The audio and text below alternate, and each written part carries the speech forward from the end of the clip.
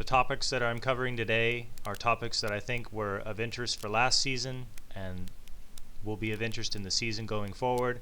Those are mainly centered around two things, the first being neonicotinoid use in soybean and the second being kudzu bugs. Neonicotinoids and spinoscids are nerve toxins, as are many other insecticides.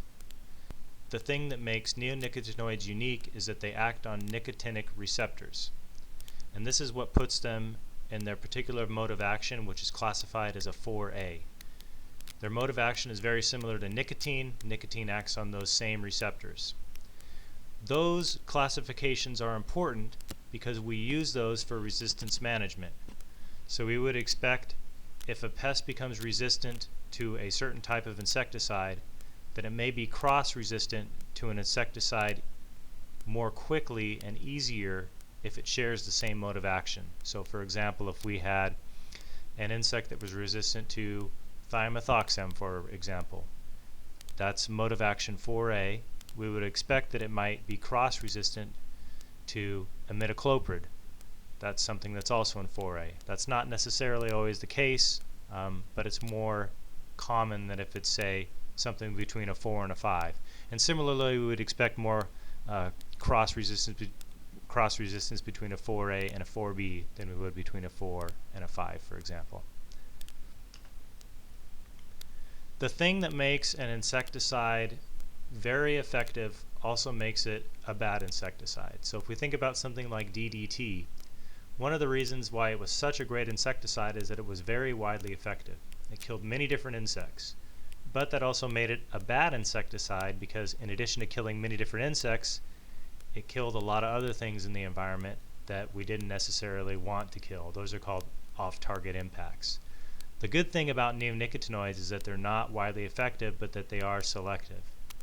So they're good for things like aphids, beetles, moths, and butterflies, but they don't kill all pests. They only kill certain ones. Another advantage is that they're safer for humans. So neonicotinoids target certain pathways that are more prevalent in insects than they are in humans. And so that means that they'll kill an insect very quickly, but really aren't very toxic for humans or other mammals. The neonicotinoids that we use commonly in field crops are clothianidin, imidacloprid, and thiamethoxam. Acetamiprid is used to some degree, but not much in North Carolina. And you can see some of the common trade names there on the right. In field crops, we use them very heavily as seed treatments. All of our cotton, all of our corn, some of our soybeans, and I wasn't sure how much to estimate of our wheat, but we do use insecticidal seed treatments in wheat for control of Hessian fly as well as aphids. We also use neonicotinoids as foliar sprays. So some neonicotinoids can be used as pure neonicotinoid compounds, things like Admire Pro, which is imidacloprid, Belay, which is clothianidin, and Centric, which is thiamethoxam. In addition, some of these products are available as premixed products. So if you take a product like Indigo, for example, that's a mixture of lambda-cyhalothrin and thiamethoxam. So it's basically a mixture of Karate or Warrior and Centric. This is important to keep in mind when we think about when, where, and who we're targeting our insecticides at. Another thing that you may or may not have thought about is we use neonicotinoids a lot, not just in agriculture, but in general. I've heard about people giving their hunting dogs Admire Pro baths, for example. Well, this product is available actually for purchase to control fleas and lice and ticks on pets. So we use neonicotinoids a lot, not just in agriculture, but just in general. However, agriculture does use a lot of neonicotinoids. This is the estimated agricultural use for thiamethoxam, and you notice that in agriculture the use is really centered around where most of our field crops are located in the state. The imidacloprid map looks very similar. I just wanted to give you a feel for how much of these insecticides we use in agriculture and how widespread they are in the environment. There are some concerns with neonicotinoids, which is why we're talking about them today. They're persistent in the environment. again, remember what I said about good characteristics of insecticides sometimes being bad characteristics. It's good when insecticides are persistent. That's what gives us residual. But it's bad when they stick around for too long, because then we have those off-target impacts. So neonicotinoids can impact other organisms that may not have been targeted by the initial spray. They're very safe. In addition to not being toxic for mammals, they're not toxic to aquatic organisms, birds, but they are very toxic against bees. And that's a problem, because bees are very important pollinators in our system, and they've been under decline recently. You may be wondering if this is a real concern, or you may even be wondering, what is the concern? I've included a picture there of a honeybee death. Maybe some of you heard about the funeral held in Oregon a few years ago. There was an insecticide called Safari that was sprayed in some trees surrounding a parking lot. The trees were flowering, there were bees all over the trees. Boom, thousands of those bees dropped dead in the parking lot. Many folks showed up for a funeral, made the national news. Europe has banned neonicotinoid seed treatments for many uses in their system. You can go on social media and see things like this: Bayer Crop Science is killing our bees. Why would they say that? Well, Bayer uses a lot of neonicotinoids on corn seed, for example, in the Midwest, Poncho Votivo. We use that a lot here. In addition, if you type something like neonicotinoid into a search engine, some of the first links that'll pop up is neonicotinoids are killing bees. So why are people concerned about this? Aren't insecticides designed to kill insects? Shouldn't they kill bees? Yes, but neonicotinoids seem to be a particular concern. One of the seminal articles came out a couple years ago, and this was a study that was done in the Midwest.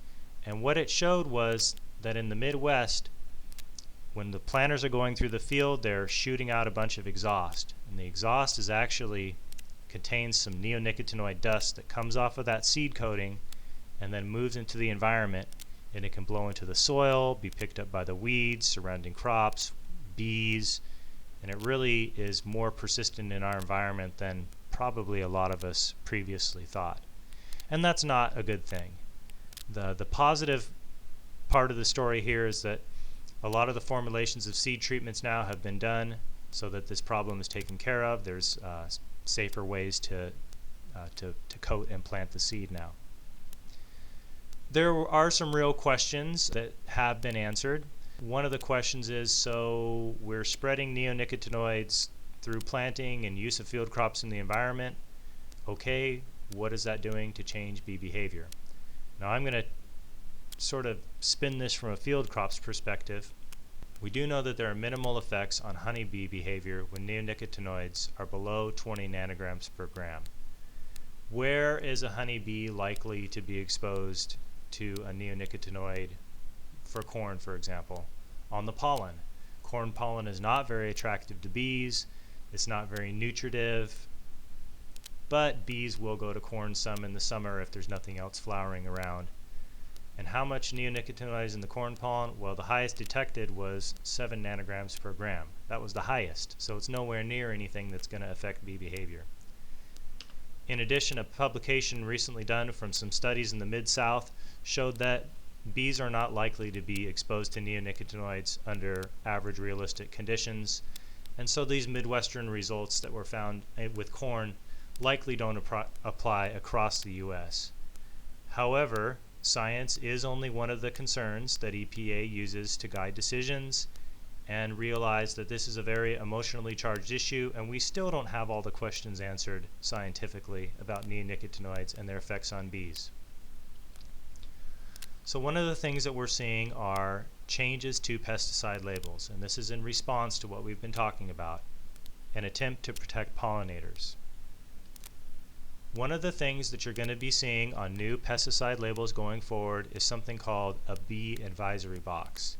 And basically the bee advisory box is something to alert you so that you can protect pollinators, but in addition it's going to alert you and let you know that you have some special things that you need to do that are required by law to protect pollinators.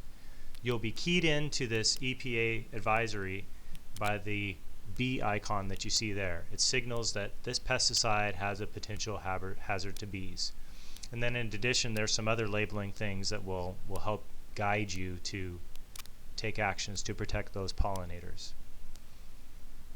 Specifically, we need to be concerned about crops that are attractive to pollinators.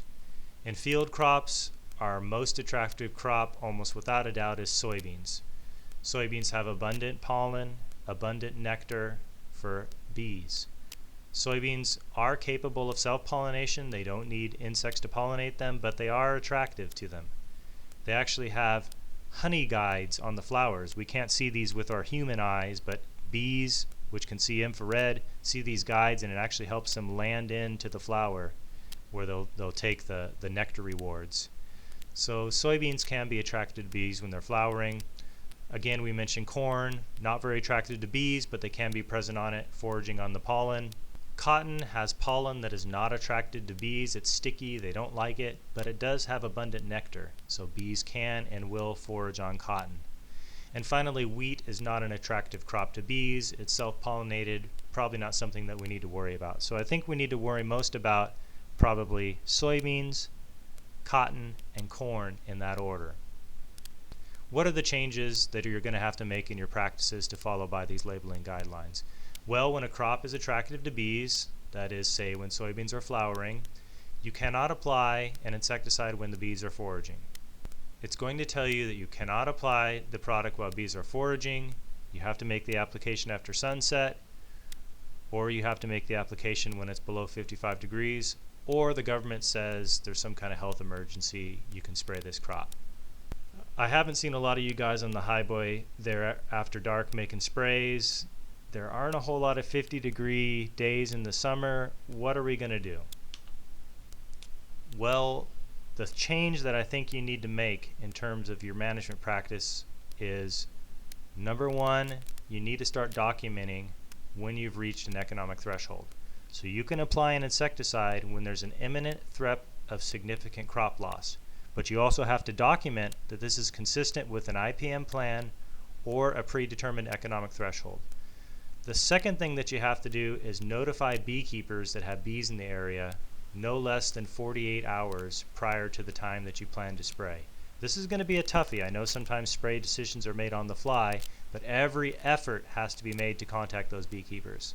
So I think the thing that you need to do now is to initiate contact with beekeepers that may be in your area and just sort of talk to them and see what you can do so that you're in compliance with these new labeling changes. Mississippi has something called a bee aware flag system. They're a little bit different than us because they have a significant proportion of commercial beekeepers. North Carolina has a lot of hobbyist beekeepers, very few commercial beekeepers. But this is something that's possible to adapt. And one thing that it does is really improve communication between growers and beekeepers. So this would be a good time to get to know local beekeepers in the area so that you could comply with the labeling changes. And there is a pollinator stewardship task force in place that's going to be guiding this work going forward, and hopefully you'll be seeing some tools in the future that will help you in this endeavor. Want to transition now back to soybeans, focus on neonicotinoid seed treatments. I know this is a lot of information. No, there will not be a test after the presentation. If there were, I don't think I could pass it. But I wanted to throw this up there to just give you a couple of kind of take-homes. The first is insecticidal seed treatments, and knowing what they are is not easy or straightforward. In 2009, I had the opportunity to ride a motorcycle across the entire country of Vietnam. While there, I learned a southeastern phrase called same but different. And to me, these insecticidal seed treatments are same but different. What do I mean by that? I mean that it's kind of like when you go to the toothpaste aisle at Walmart. I don't know if you're like me, but I just want to go and buy toothpaste. I want something that's got a little mini flavor, that's got some fluoride in it, and it's going to clean my teeth and give me minty fresh breath. I don't want total whitening with baking soda peroxide that, whitens your teeth and makes your gums happy. And there's all these different choices out there for something that's essentially the same, and that's toothpaste. And I think these insecticidal seed treatments are very similar. There's the appearance of choice, and there is choice out there. You can get imidacloprid, thiamethoxam, or clothianidin, but they're all essentially the same thing, and they're neonicotinoid insecticides. Now they are different. There's different recommended rates that can be put on these different insecticides, and they do have different properties. The solubilities of these insecticides are very different. Some are better against certain insects than others. In addition, I think it's important to note that the recommended rate per seeds of neonicotinoids on soybeans are generally much lower than those on cotton. So this is just information to let you know what you're purchasing. The other take-home message that I want to leave you with is that it's very difficult to purchase just the insecticide component. And this is important because if you, say, wanted to leave the insecticidal component out, oftentimes it's very difficult to do that. So I'm not picking on products here. I've just included two as an example. One is Chloriva Complete, and the other is Trilix 6000. So Chloriva Complete, you can see on the bottom here, this is a seed treatment that includes Cruiser Max, which is an insecticide, fungicide, plus Chloriva, which is a nematicide, plus Vibrance, which is a fungicide. In addition, Cruiser Max beans could be one of the following: Cruiser Max alone, Cruiser Max advanced with the fungicide, Cruiser with the fungicides. All these different things could make up Cruiser Max. Trilix 6000, for example, you couldn't tell from the name, but it has Gaucho, which is an insecticide in there, in addition to 4 different fungicides. You can buy other Trilix products that maybe leave the insecticide out. The take-home point is that as a buyer and somebody who's using these products, it behooves you to inform yourself on what you're purchasing and paying for and putting in the ground, even if it comes as, quote, free, along with fungicides. And insecticidal seed treatment, like everything in life, is never free. I've shown this graph for a number of years, and this is the insecticidal seed treatment adoption in soybeans. And I've included a representative Mid-South state as well as North Carolina. You notice that the adoption in the Mid-South was much higher and much more rapid than that of North Carolina. I've also highlighted some of these percentages in red, and those indicate where control problems for tobacco thrips were first noted on cotton in their states. You notice that this is the first year that I have North Carolina in red, and that is because we have not only noted control problems with our seed treatments, but we've confirmed that we have tobacco thrips that are resistant to both thiamethoxam and imidacloprid in our state. Because we use these insecticides on soybeans as well as cotton, because tobacco thrips reproduce on both soybeans and cotton, our insecticidal use in soybeans is likely contributing to insecticidal resistance in cotton. And in Mid-South, I think they saw much of the same thing. Seed treatments were rapidly adopted, neonicotinoid use increased, and likely contributed to some of the problems that they saw in cotton. Again, I'm not picking on products, but I just pulled this off of the label of one of the seed treatments. This is from Innovate, and the label says that insect biotypes with acquired resistance to group 4A insecticides, so that's neonicotinoids, may eventually dominate the insect population if they are used repeatedly in the same field or successive years. This may result in a partial or total loss of control of these species by Innovate seed protection or other group 4A insecticides. So this in fact is the case that we have now. We have tobacco thrips that are resistant to neonicotinoid insecticides. This label recommends contacting the local extension specialist, certified crop advisors, or manufacturers for insecticide resistance management or IPM recommendations for these specific pest problems. And so that's what I'm going to do here now. I'm going to recommend that you never ever use an insecticidal seed treatment on soybeans. In addition to creating problems with resistance, we have never seen a yield advantage in a university replicated trial anywhere in the Southeast. If you take just Virginia and North Carolina, we have 18 seed treatment tests and 5 foliar treatment tests targeted at our common early season pests, which in our case tend to be thrips and sunbeam leaf beetle. We have never seen a yield advantage, and this has been published in 2012 in peer-reviewed literature. So I think even if we didn't have the resistance issues, this would be a reason enough not to use insecticidal seed treatments. The other reason has to do with something that came out in October. This is a memo from the EPA, and it was discussing the benefits of neonicotinoid seed treatments in soybeans. And basically the EPA came out and said there are no benefits to neonicotinoid seed treatments in soybean production, with the exception of a few cases in the Mid-South, geographically isolated. They're just not beneficial to the system. I'm going to tell you that I think our response as practitioners and users of these insecticides should be that in order to keep them in soybeans, because we may need them tomorrow, we never know if we're going to have some invasive insect that comes in and we need these insecticides. To keep our insecticides around, we need to focus our use on where they're most effective. We need to use our insecticidal seed treatments in cotton because it's the only thing we have, even though our thrips are resistant. And we need to use our insecticidal seed treatments in corn, and we need to keep them out of soybeans. I want to transition now to kudzu bug 2014 and talk a little bit about what happened.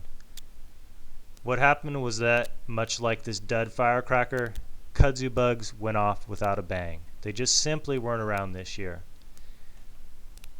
I have joined the bandwagon of everyone else that agrees that this cold winter had a major impact on insect populations. You guys remember how cold the winter was. We noticed a bunch of dead insects after the cold freezes. We think that this insect simply is not adapted to some of the colder temperatures that we can get in some winters. That being said, I am no Swami. I am absolutely no Swami.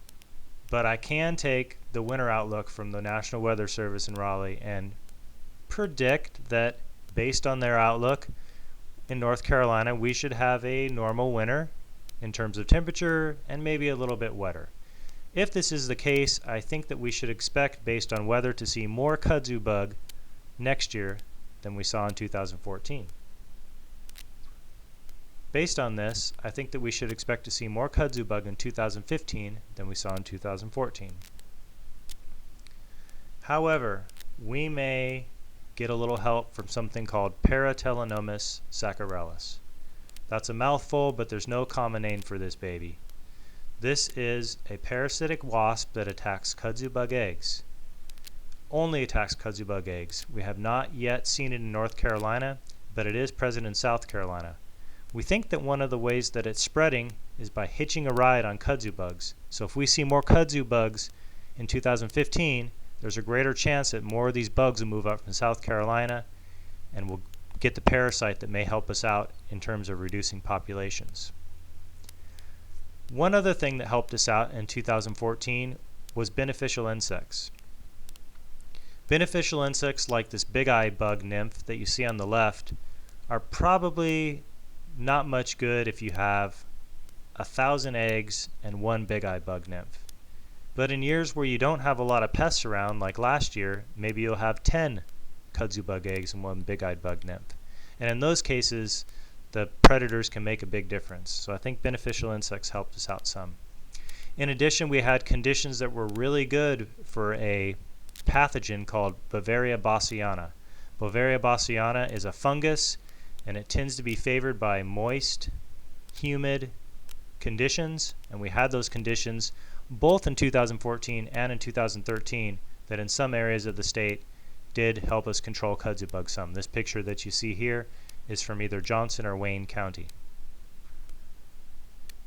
Finally, in terms of thresholds, we have no changes. We're still using 5 bugs per plant in the early stages. Later on in the season, for the second generation bugs, generally after July, we switch to 1 nymph per sweep. Or if you walk into the field and see kudzu bugs by peeling back plants, see nymphs stacked up and down the stem, probably a good idea to spray. Remember to walk into the interior of those fields. In terms of insecticides, our recommendations for years have been bifenthrin is the most effective insecticide. Nothing has changed in terms of that recommendation. We do have some more information on why that is the case, however. This is information on mortality of kudzu bug nymphs from North Carolina. Focus your attention on the LC50 portion of the graph. LC50 is the lethal concentration at which 50% of the insects in the test were killed. So if you've got a really low number, that insecticide is really toxic. If you've got a high number, it's not very toxic. And you notice that bifenthrin has the lowest number, and it's the most toxic insecticide compared to imidacloprid or acephate. In addition, you can put a lot more of the stuff out there. So it's not only just really toxic, but you can put more of the chemical out there. So those two things work in concert to control kudzu bug better than any other types of insecticide. One bit of new information that we have involves tillage. This experiment was done both in 2012 and 2013 at 2 different locations, and this shows early season colonization of kudzu bugs. You notice that in the tilled plots, there were many more kudzu bugs per foot than in the no-till plots, and these were plots planted both after rye or wheat, so the type of cover wasn't really important. What just was important was the tillage. And this trend, more importantly, held throughout the season. So when we looked at total population, both adults and nymphs, there seemed to be fewer of them in no-till situations compared to tillage situations. So I rarely recommend making a cultural management change based on an insect. There's a reason that you guys are using conventional till, reduced till, or no-till systems. Those are due to soil conservation, weed control, a number of other different factors, generally not driven by insects. But it is important to note that your tillage practices do influence the insect populations that you see. And so you can expect more insects in conventional till versus no-till. One of the reasons that we think that this relationship exists is due to percent ground cover. Now, it's a relatively weak relationship, but there is a relationship. Basically, as the percent ground cover increases, your kudzu bug numbers drop. So the more residue that you have on that ground early season, the fewer kudzu bugs that you can expect. We're not exactly sure why this is. It may have to do with scattering of the light and the insects less likely to see the plant or something like that, or it may have to do with plant growth characteristics or other things that we haven't measured. With that, I'd like to conclude. You can email me at ddreisig@ncsu.edu with any questions. Thank you.